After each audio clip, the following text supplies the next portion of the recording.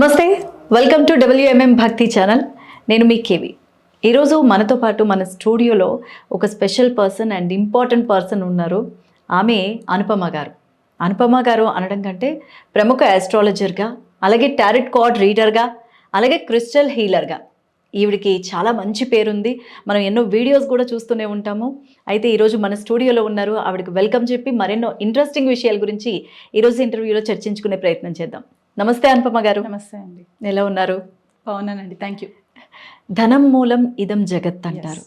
ఎందుకంటే ప్రతి ఒక్కళ్ళు మన లైఫ్ ఎలా ఉంది, మన జాతకం ఎలా ఉంది, మనం డబ్బు సంపాదిస్తామా లేదా, మనం సెటిల్ అవుతామా లేదా, ఆరోగ్యం ఎలా ఉంది, ఇలాంటి అంశాల మీద చాలా దృష్టి కేంద్రీకరిస్తూ ఉంటారు. తెలుసుకోవాలని జిజ్ఞాస అనేది అందరిలో కూడా ఉంటుంది. అది ఒక ఆస్ట్రాలజీకే పరిమితం, అంటే ఆస్ట్రాలజీ ద్వారానే సాధ్యమవుతుందని చెప్పేసి చాలామంది అనుకుంటూ ఉంటారు. అది నిజమేనా? ఆస్ట్రాలజీ అనేదానికంటే బదులు కూడా జ్యోతిష్యం అనడం కరెక్ట్ ఏమో. ఎందుకంటే జ్యోతిష్యం అంటే ఏంటి అంటే ఒక జ్యోతి అనమాట. ఆ జ్యోతి వెలుగు చూపిస్తూ ఉంటుంది. అండ్ మనల్ని ఇంకోటి ఏంటంటే అజ్ఞానులుగా ఉన్న వాళ్ళని ఒక జ్ఞానవంతులుగా చేసే ఒక సైన్స్ అనమాట. కాకపోతే ఇది ఒక చాలా మందిలో ఒక మూఢ విశ్వాసం సబ్జెక్ట్ అన్నట్టు కూడా పేరు వచ్చేసింది ఈ మధ్య కాలంలో.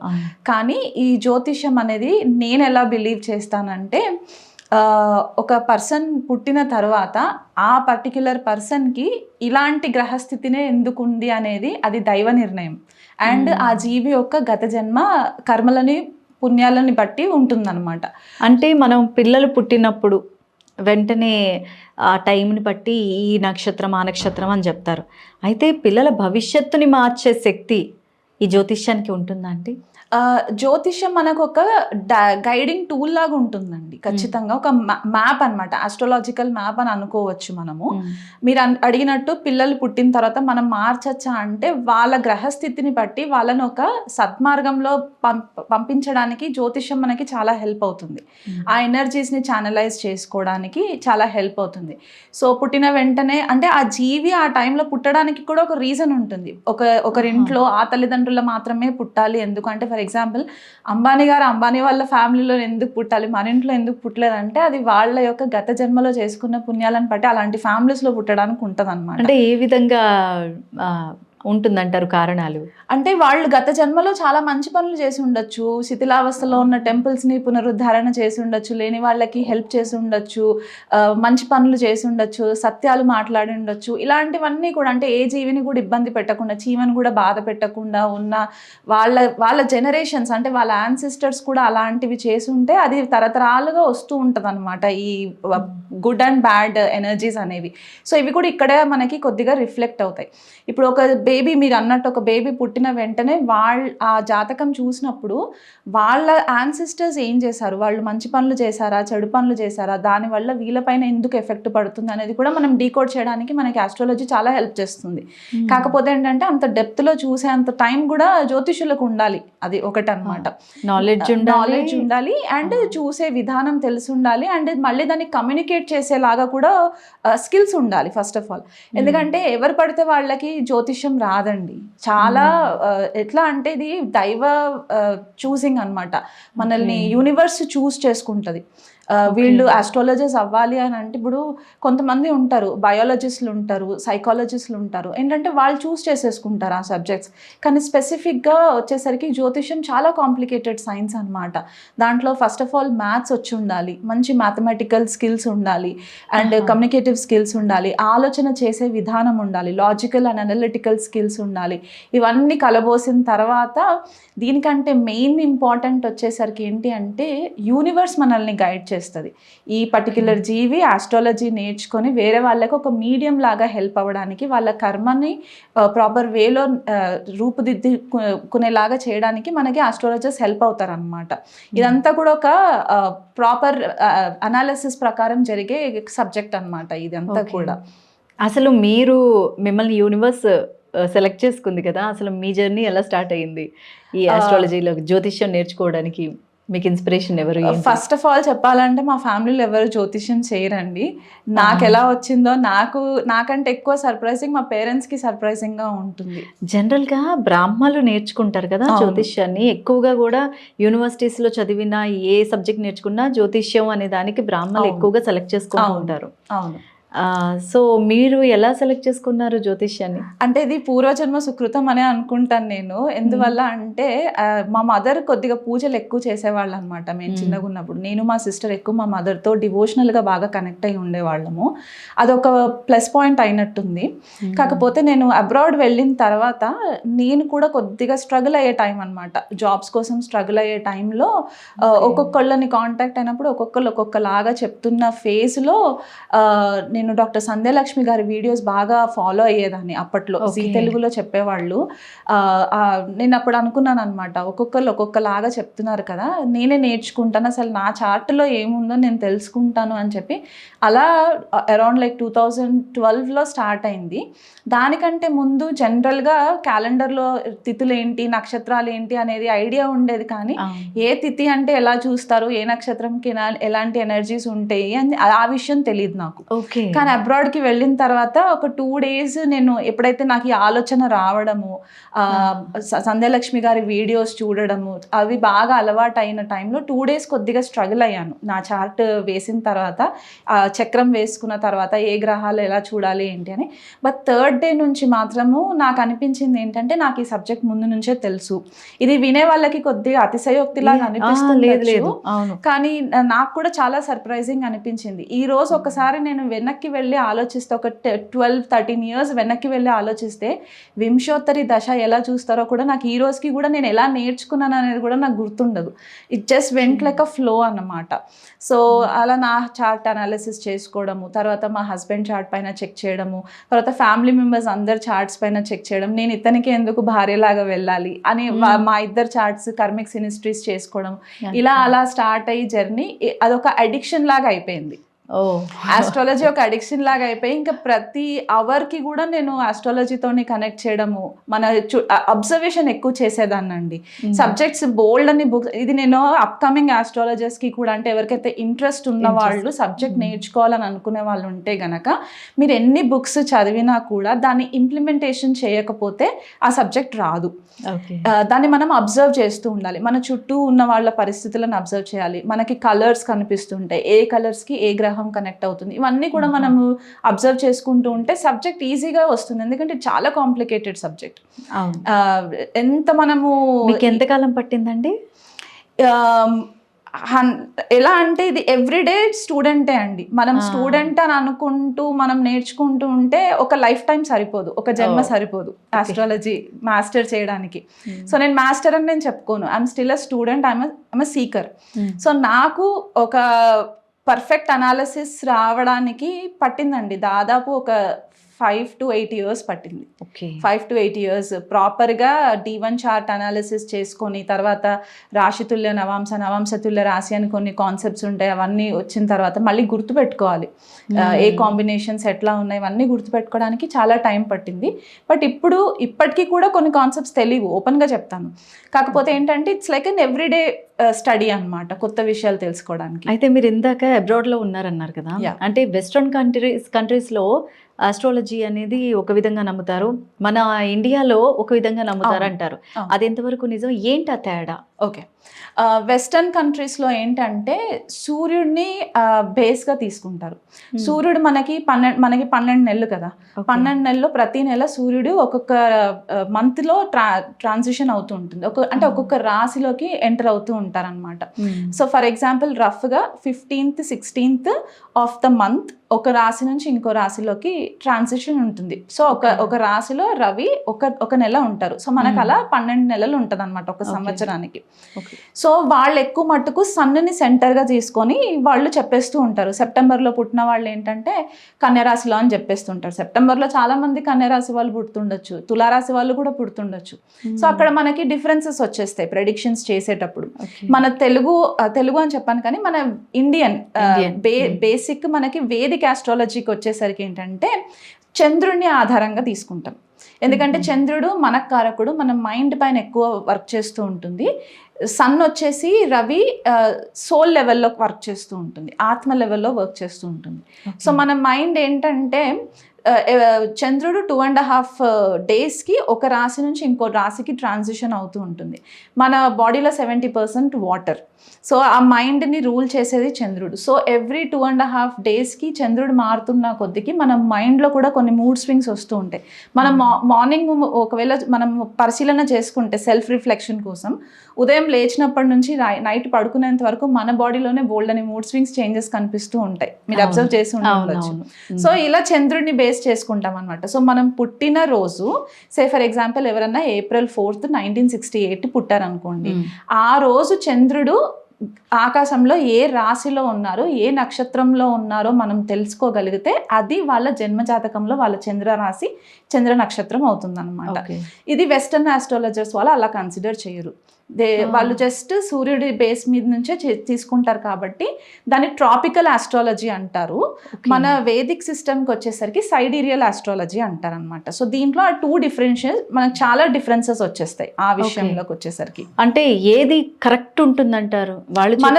మనది కరెక్ట్ ఉంటుంది. మనది చంద్రుడినే బేస్ చేసుకోవాలి. చంద్రుడిని బేస్ చేసుకుంటేనే, చంద్రుడి ఆధారంగానే మనకి ఒక జాతక చక్రం వేయడానికి హెల్ప్ అవుతుంది అనమాట. ఇప్పుడు కొంతమందికి టైం గుర్తుండదు, ఏ టైంకి పుట్టారు అనేది గుర్తుండదు, డేట్ గుర్తు, కొంతమంది జాతకమే గుర్తుండదు కదా. అవును, పుట్టిన టైం కానీ రోజు కానీ. ఇప్పటికీ చాలా మందికి నాది ఏ రాసో తెలీదమ్మా, ఏ నక్షత్రమో తెలీదమ్మా అంటారు.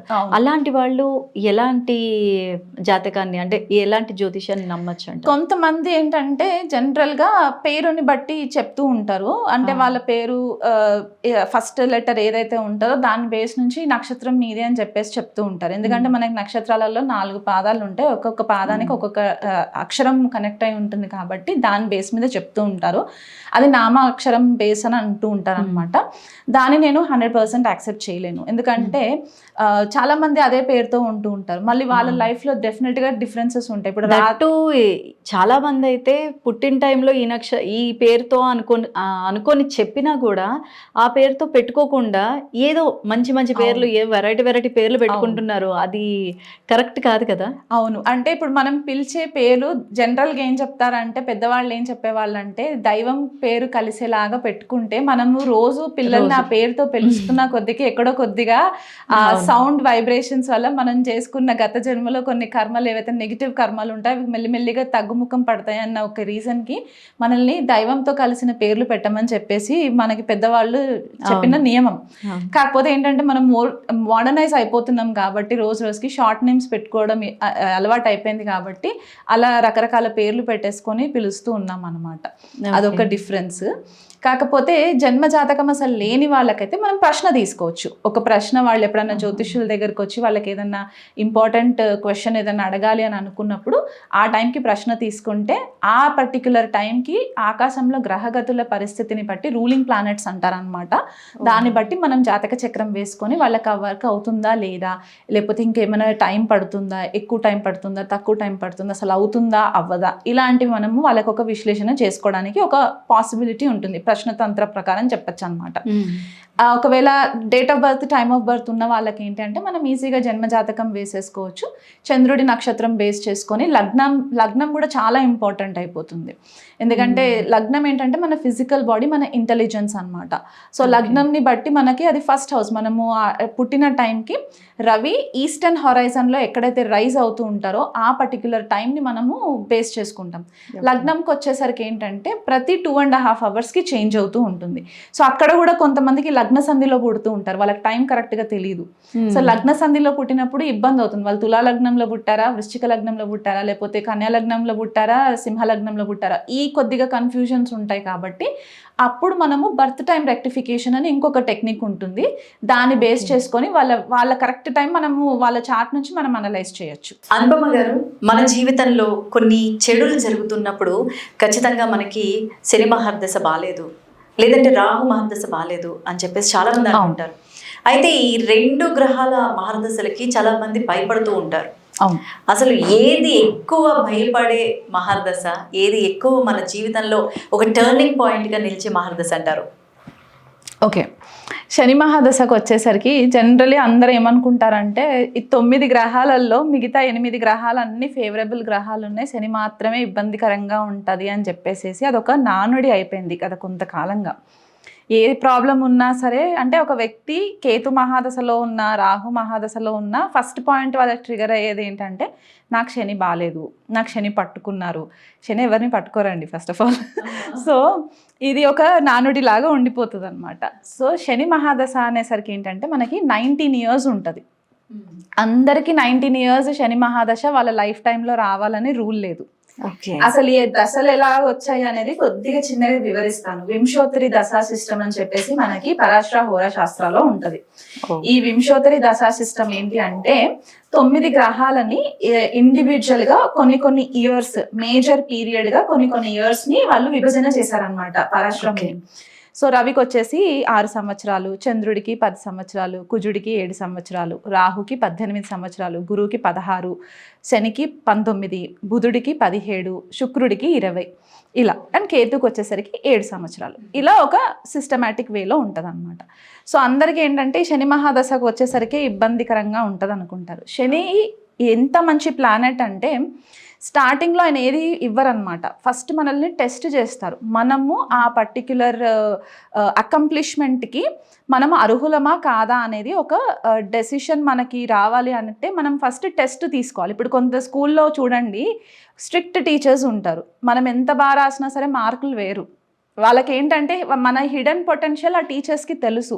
మనలో ఉన్న రియల్ టాలెంట్ అంతా బయటికి రావడానికి మనల్ని నానా రకాలుగా పిండేసేసి టాలెంట్ అంతా బయటికి రావాలని చెప్పేసి కొద్దిగా స్ట్రిక్ట్ గా ఉంటారు. సో శని కూడా ఇక్కడ అట్లాగే ఒక స్ట్రిక్ట్ టీచర్ అనమాట. ముందే మనకి రిజల్ట్స్ ఇవ్వరు, ఫస్ట్ బాగా కఠినమైన రిజల్ట్స్ ఇస్తారు. కఠినమైన టెస్ట్లు పెట్టిన తర్వాత అంటే మనకి ఒక ప్రాక్టికల్ గా ఉండాలి అనేది ఒక లెసన్ నేర్పిస్తారు శని. ఇప్పుడు మీరు రాహు మహాదశ అన్నారు. రాహుకి వచ్చేసరికి ఏంటి అంటే ముందే అన్ని భోగాలు ఇచ్చేస్తూ ఉంటారు. ముందే అన్ని మనకు కావాల్సినవన్నీ ఫ్లైట్లు ఎక్కిచ్చేసేసి అన్కన్వెన్షనల్ కంట్రీస్కి పంపించేసేసి లైఫ్ స్టైల్ మొత్తం లగ్జరీ లైఫ్ స్టైల్ ఇచ్చేస్తూ ఉంటారు రాహు ఎండింగ్కి వచ్చేసరికి ఏమవుతుందంటే అంత మాయలో ఉన్న వాళ్ళు సడన్గా కింద పడిపోవడం అనమాట. అంటే ఒక మాయా ప్రపంచంలోకి తీసుకెళ్ళేసి మనకి ఇదే లైఫ్ అంతే ఎస్ హైలోకి తీసుకెళ్ళి డౌన్లోకి వచ్చేస్తుంది. శని మహాదశలో ఏంటంటే మనము slow and steady wins the race అని ఏదైతే మనం ప్రావర్బ్ చదువుకున్నామో అలాగే ఉంటుంది. నిదానంగా ఎదుగుతూ వస్తూ ఉంటాము. ఒక ఎండింగ్ ఫేజ్కి వచ్చేసరికి మనకి రియల్ లైఫ్ అంటే ఏంటి, మనకి మానవ విలువలు ఏంటి, రిలేషన్షిప్స్ ఏంటి, ఎంతవరకు వాల్యూ సిస్టమ్ ఉంటుంది, ఇవన్నీ మనకి లెసన్స్ నేర్పించిన తర్వాత ఆ స్థాయిలో మనకి ఎంతవరకు వెల్త్ ఇవ్వాలో అంతవరకు ధనం కూడా ఇస్తారు శని. ప్రతి ఒక్క గ్రహానికి ధనము ఇచ్చే కేపబిలిటీ కూడా ఉంటుంది, మంచితో పాటు చెడు. రాహు కూడా అంతే. రాహు మ్యాక్సిమం మనకి డాలర్స్లో, మిలియన్స్లో ఇలా ఈ లెవెల్లో ఉంటుంది అనమాట. చాలా హై లెవెల్ వెల్త్ గివింగ్ లాగా ఉంటుంది. కానీ దశ ఎండింగ్కి వచ్చేసరికి మనకి కంప్లీట్గా కింద పడిపోవడం అనమాట. అసలు మనం ఊహించని కూడా ఊహించాం, అంత బాగా నడుస్తుంది కదా, ఇలాంటి జర్క్స్ ఎందుకు వస్తున్నాయి మన లైఫ్లో అని చెప్పేసి ఆ ఎండింగ్ దశకు వచ్చేసరికి మనకి రియలైజేషన్ వస్తుంది. మనకి ఎవరైతే నమ్ముతామో అంటే మన దగ్గరి వాళ్ళు, మనల్ని చాలా నమ్మిన వాళ్ళే మనల్ని మోసం చేస్తారు. ఎందుకంటే రాహు జనరల్గా ఏంటంటే మాయలో పెడతారని చెప్పాను కదా, మనకి పైన కనిపించేదంతా కూడా గోల్డ్ కోటెడ్గా కనిపిస్తూ ఉంటుంది రాహు మహాదశలో. మనం ఐడెంటిఫై చేయలేము, మన శత్రువులు ఎవరు అని మన పక్కనే ఉంటారు కానీ మనం ఐడెంటిఫై చేయలేము. ఆ ఎండింగ్ దశకు వచ్చేసరికి రియాలిటీ బయటికి వస్తుంది, ఎవరు ఫేక్ ఎవరు జెన్యూన్ అనేది అప్పుడు బయటపడుతుంది అనమాట. సో అప్పటికి జరగాల్సిన నష్టం జరుగుతుంది. సో 2 గ్రహాలు పాపగ్రహాలు అయినా సరే లెంగ్త్ ఆఫ్ టైం పీరియడ్ ఎక్కువ ఉంటుంది కాబట్టి ఆ రిజల్ట్స్ మనకి అలాగే వస్తూ ఉంటాయి. మళ్ళీ ఈ మహాదశలలో మిగతా 9 గ్రహాలే అంతర్దశలు కూడా వస్తూ ఉంటాయి. దానికి మళ్ళీ డిఫరెంట్ టైం పీరియడ్స్ ఉంటాయి. ఆ గ్రహాలు జన్మజాతకంలో మంచి భావాలతో కనెక్ట్ అయి ఉంటే కనుక ఆ దశలలో ఫేవరబుల్గానే ఉంటుంది. మొత్తం 19 years శని మహాదశ బాధకరంగా ఉంటుందని చెప్పడానికి కూడా లేదు. కొన్ని పీరియడ్స్ అనమాట. శనిలో చంద్రుడు కొద్దిగా సైకలాజికల్ ప్రాబ్లమ్స్ ఇస్తారు.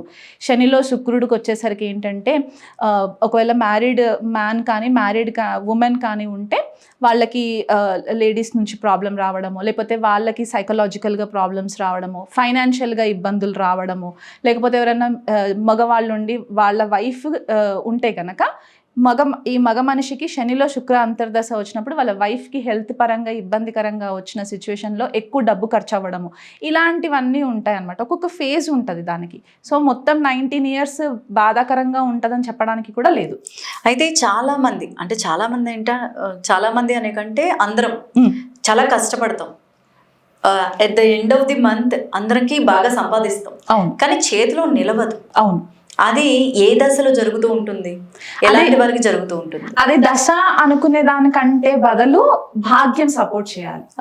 ఇప్పుడు మనకి భాగ్యాధిపతి అంటే ఈ భాగ్యాధిపతి ఎక్కడి నుంచి వస్తారంటే మళ్ళీ వాళ్ళ జన్మ జాతకంలో రుణ జాతకమా ధనయోగాలు ఎక్కువ ఉన్నాయా ఇవి కూడా చూసుకోవాలి.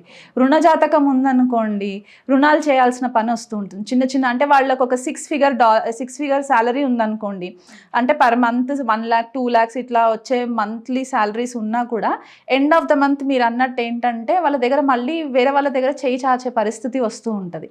అంటే వాళ్ళకి అక్కడ ధనయోగాల కంటే కూడా రుణాలు తీసుకునే యోగాలు ఎక్కువ కనిపిస్తూ ఉన్నట్టు అనమాట, భాగ్యం సపోర్ట్ చేయకపోవడం. ఈ భాగ్యాధిపతి సపోర్ట్ చేయాలి అంటే ఇది మనము గత జన్మలో చేసుకున్న పుణ్య కార్యక్రమాలని బట్టి మనకి భాగ్యాధిపతి డిసిషన్ ఫ్యాక్టర్లోకి వచ్చేస్తుంది. అంటే నవమ స్థానం చూసుకోవాలి. జన్మ జాతకంలో నవమ స్థానము, నవమాధిపతి అండ్ గురుబలం ఎలా ఉంది చార్ట్లో.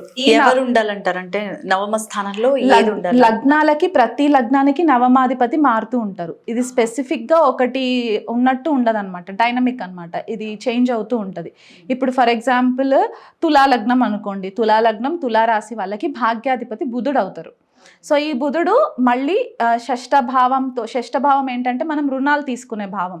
సో ఈ భాగ్యాధిపతి షష్ఠాధిపతితో కనెక్షన్ ఉండొద్దు. అంటే ఈ లార్డ్ వెళ్ళి ఆ 6th హౌస్లో ఉండకూడదు, అష్టమంలో ఉండకూడదు, వ్యయంలో ఉండకూడదు. అదే భాగ్యాధిపతి భాగ్యంలో ఉన్నా లేదా పంచమంలో ఉన్నా, లగ్నంలో ఉన్నా, ద్వితీయంలో ఉన్నా ధనయోగాలు యాక్టివేట్ అవుతాయి, లాభంలో ఉన్న. సో ఇలాంటి వాళ్ళకి ఏంటంటే ఆ దశ అంతర్దశలు వచ్చినప్పుడు వీళ్ళకి ఎక్కువ వెల్త్ రావడం, ఒక రాయల్ స్టాటస్ రావడము, ఇలాంటివి అది ఇచ్చే కేపబిలిటీ ఉంటుంది. ఇదే గ్రహము మళ్ళీ మనము ఈ భాగ్యాధిపతిని నవాంశలో కూడా చూసుకోవాలి. జన్మజాతకం ఒక్క దాంట్లో D1లో ఒకటి చూసుకుంటే సరిపోదు, నవాంశలో పరిస్థితి ఏంటి, ఆ భాగ్యాధిపతి అస్తంగత్వం అయి ఉన్నారా, వక్రిగతిలో ఉన్నారా, నీచావస్థలో ఉన్నారా, లేదా పాపగ్రహాలతో కలిసి ఉన్నారా, ఇవన్నీ చూసుకోవాల్సి వస్తుంది. ఓకే. ఇప్పుడు రాహుకేతుతో కలిసి ఉన్నారనుకోండి, క్లియర్ కట్గా మనం చెప్పచ్చు ఏంటి అంటే మీ యాన్సిస్టర్స్, మీ ఫాదర్స్ చేసిన కొన్ని బ్యాడ్ కర్మాస్ వల్ల మీరు ఇక్కడ సఫర్ అవుతున్నారు. ఇప్పుడు కొంతమంది నా దగ్గరకు వస్తూ ఉంటారు, నేనేం చేయలేదు, నేను చాలా హార్డ్ వర్క్ చేస్తున్నాను, నేను ఎందుకు సఫర్ అవుతున్నాను, నాకు ఎందుకు డబ్బు మిగలట్లేదు అంటారు. చార్ట్ చూస్తే మనకు క్లియర్గా కనిపిస్తూ ఉంటుంది ఇక్కడ వీళ్ళ ప్రాబ్లం కంటే కూడా పాస్ట్ లైఫ్లో చేసుకున్న కర్మల వల్లే వీళ్ళు ఇక్కడ అనుభవిస్తున్నారు అని చెప్పి. సో అలా మనకి డీకోడ్ చేస్తాం. అందుకే మనం సత్కర్మలు చేస్తే మన పిల్లలకి కూడా ఆ ఫలం అనేది కంటిన్యూ అవుతుంది. అంటే కొన్ని ఫిలాసఫీస్ ఎట్లా ఉంటాయంటే 3 generations వరకు మీరు చూసుకుంటే మన ఫాదర్ వాళ్ళకంటే ముందు అంటే మన గ్రాండ్ ఫాదర్ కనుక మంచి కర్మలు చేశారనుకోండి, మన వరకు వచ్చేసరికి ఆ పుణ్యం మిగులుతుంది.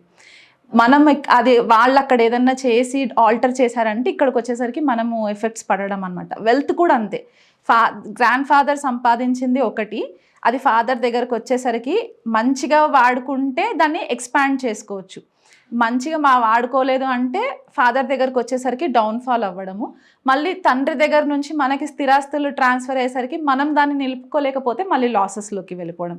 సో ఇదంతా కూడా ఒక చైన్ కనెక్టెడ్ సిస్టమ్ లాగే ఉంటుంది. సో ఖచ్చితంగా 3 generations ఎఫెక్ట్స్ అయితే మనకి కనిపిస్తుందండి. పరిహారాలు ఉంటాయండి? పరిహారాలు ఉంటాయి, కానీ పరిహారాలలో కూడా ఇప్పుడు ఏంటంటే ఏదో నేను ఇవాళ పూజ చేసేసుకున్నాను, గుడికి వెళ్ళి జపాలు హోమాలు యజ్ఞాలు చేయించేసాను, నాకు ఇమీడియట్గా నాకు రిజల్ట్ రావాలి అంటే అలా రాదు. దాని ఇంటెన్సిటీని బట్టి మనకి పేషెన్స్ ఉండాలి, ఓపిక ఉండాలి. అది ఎప్పుడు ట్రిగరింగ్ పాయింట్ అవుతే అప్పుడు మనకి అవుతుంది. కాకపోతే ఈ దైవంతో కనెక్షన్ మాత్రం అది కంటిన్యూ ఉండాలి ఖచ్చితంగా. అయితే ఇక్కడ నక్షత్రాలు 27 నక్షత్రాల్లో అంటే అభిజిత్ కాకుండా 27 నక్షత్రాలలో అదృష్టవంతమైన నక్షత్రం, ఈ వీళ్ళు ఈ మంచి పొజిషన్లో ఉంటారు అనే నక్షత్రాలు ఏమన్నా ఉన్నాయా? కొన్ని ఉంటాయండి. ఫర్ ఎగ్జాంపుల్ మనకి వెల్త్ గివింగ్ నక్షత్రాస్ అని కొన్ని ఉంటాయి. రోహిణి, జ్యేష్ఠ, ధనిష్ట, ఉత్తర ఫాల్గుని, మళ్ళీ మనకి శ్రవణ, మృగశిర, ఈ నక్షత్రాలు కొన్ని అంటే ఉన్నాయి, ఒక 7-8 ఉన్నాయి. బట్ రఫ్లీ ఈ నక్షత్ర అనురాధ, ఈ నక్షత్రాస్కి ఏంటంటే వెల్త్ ఎక్కువ జనరేట్ చేసే కెపాసిటీ ఉంటుందన్నమాట. రేవతి ఈ నక్షత్రం కూడా ఒకటి. ఎందుకంటే ఈ నక్షత్రాలు చాలామంది ఏమనుకుంటారంటే నక్షత్రానికి గ్రహాలు రూల్ చేస్తున్నారు కాబట్టి ఈ గ్రహాల ఎనర్జీస్ వల్ల డబ్బు వచ్చేస్తుంది అని చెప్పేసి అనుకుంటూ ఉంటారు. కానీ నక్షత్రాలకి దేవతలు వేరే ఉంటారు. ఆ దేవతల యొక్క ఎనర్జీస్ ఈ నక్షత్రాల పైన ఎక్కువ యాక్టివేషన్లోకి వస్తూ ఉంటాయి అన్నమాట. సో ఆ ఎనర్జీస్ని బట్టే వీళ్ళ లైఫ్ థీమ్ మొత్తం కూడా చేంజెస్ అవుతూ ఉంటాయి. ప్రతి నక్షత్రానికి ఒక పురాణిక్ స్టోరీ కూడా ఉంటుంది. దాన్ని బట్టి వాళ్ళ లైఫ్లో జరిగే చేంజెస్ అవన్నీ కూడా కనిపిస్తుంటాయి. ఇప్పుడు ఫర్ ఎగ్జాంపుల్ జ్యేష్ఠ తీసుకుందాం. జ్యేష్ఠ చాలామంది ఏమంటారంటే నెగిటివ్ ఎక్కువ చెప్తూ ఉంటారు, భయపడుతూ ఉంటారు జ్యేష్ఠ నక్షత్ర అనేసరికి. అంటే దానికి నెగిటివ్ సైడ్ కూడా అట్లాగే ఉంటుంది. మూల నక్షత్రం ఒకటి, మూల ఒకటి, జ్యేష్ఠ ఒకటి. ఎందుకంటే అవి మనకి గండాంత నక్షత్రాస్ కిందికి వస్తాయి అన్నమాట. సో జ్యేష్ఠ నక్షత్రానికి వచ్చేసరికి ఏంటంటే ఇంద్రుడు దేవత, కానీ మనకి జ్యోతిషం ప్రకారం కనెక్ట్ అయిన గ్రహం వచ్చేసరికి బుధుడు. సో చాలా మట్టుకి ఇక్కడ కన్నింగ్ నేచర్ ఎక్కువ ఉంటుంది. జ్యేష్ఠ వాళ్ళకి కొద్దిగా కన్నింగ్ నేచర్ ఉంటుంది, కంట్రోల్ చేయాలి అనుకునే ఒక నేచర్ ఉంటుంది, పవర్ చూపించాలని చెప్పి కొంతమందికి ఉంటుంది. ఎందుకంటే ఇంద్రుడి పురాణిక్ స్టోరీ మనం చూసుకుంటే ఇంద్రుడు ఏది చూస్తే నాకు అది కావాలి అని అనుకునే మైండ్ సెట్ ఉండేది. ఆయన మొత్తం దేవతాలోకానికి ఆయన రాజులాగా ఉండేవాళ్ళు.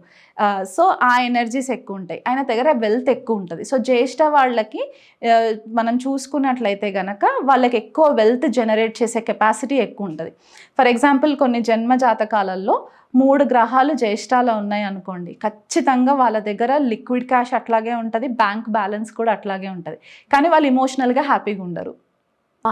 సో అలా ఉంటుంది అనమాట. ఎందుకంటే వాళ్ళు కంట్రోల్ చేయాలి ఎదుటి వాళ్ళని అని చెప్పి అదే మైండ్ ఫ్రేమ్ లో ఉంటూ ఉంటారు కాబట్టి మనశ్శాంతిగా ఉండరు అనమాట, ఆనందంగా ఉండరు. సో అలా డబ్బు పరంగా ఉంటది కానీ మనశ్శాంతి ఉండదు, అలాగనమాట. ఓకే. రేవతికి వచ్చేసరికి రేవతి కూడా చాలా మంచి నక్షత్ర, వెల్త్ జనరేట్ చేయడానికి ఎక్కువ మట్టుకు రేవతి వాళ్ళు ఫారెన్ కనెక్టెడ్ కంట్రీస్ తోటి డబ్బు ఎక్కువ సంపాదించడానికి ఛాన్సెస్ ఉంటాయి.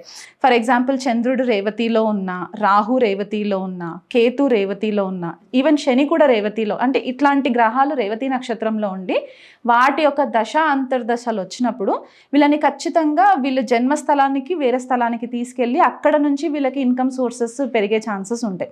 ఇప్పుడు ఫర్ ఎగ్జాంపుల్ ఇండియాలో చూసుకోండి, రూపీ వాల్యూ కన్సిడర్ చేసుకుంటే డాలర్కి రూపీకి చాలా వ్యత్యాసం ఉంటుంది కదా. సో వీళ్ళు ఇక్కడ నుంచి అక్కడికి వెళ్ళారనుకోండి, ఆ కరెన్సీ ఎక్స్చేంజ్లో వీళ్ళకి వెల్త్ ఎక్కువ జనరేట్ అవుతూ ఉంటుంది కదా.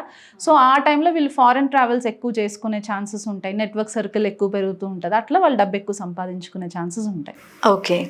అయితే ప్రపంచంలో కొన్ని ఘటనలు, కొన్ని విపత్తులు జరుగుతూ ఉంటాయి కదా, దానికి జ్యోతిష్యానికి సంబంధం ఏమన్నా ఉందా? అంటే జ్యోతిష్యం ద్వారా ఇవన్నిటిని ముందుగానే తెలుసుకోవచ్చా?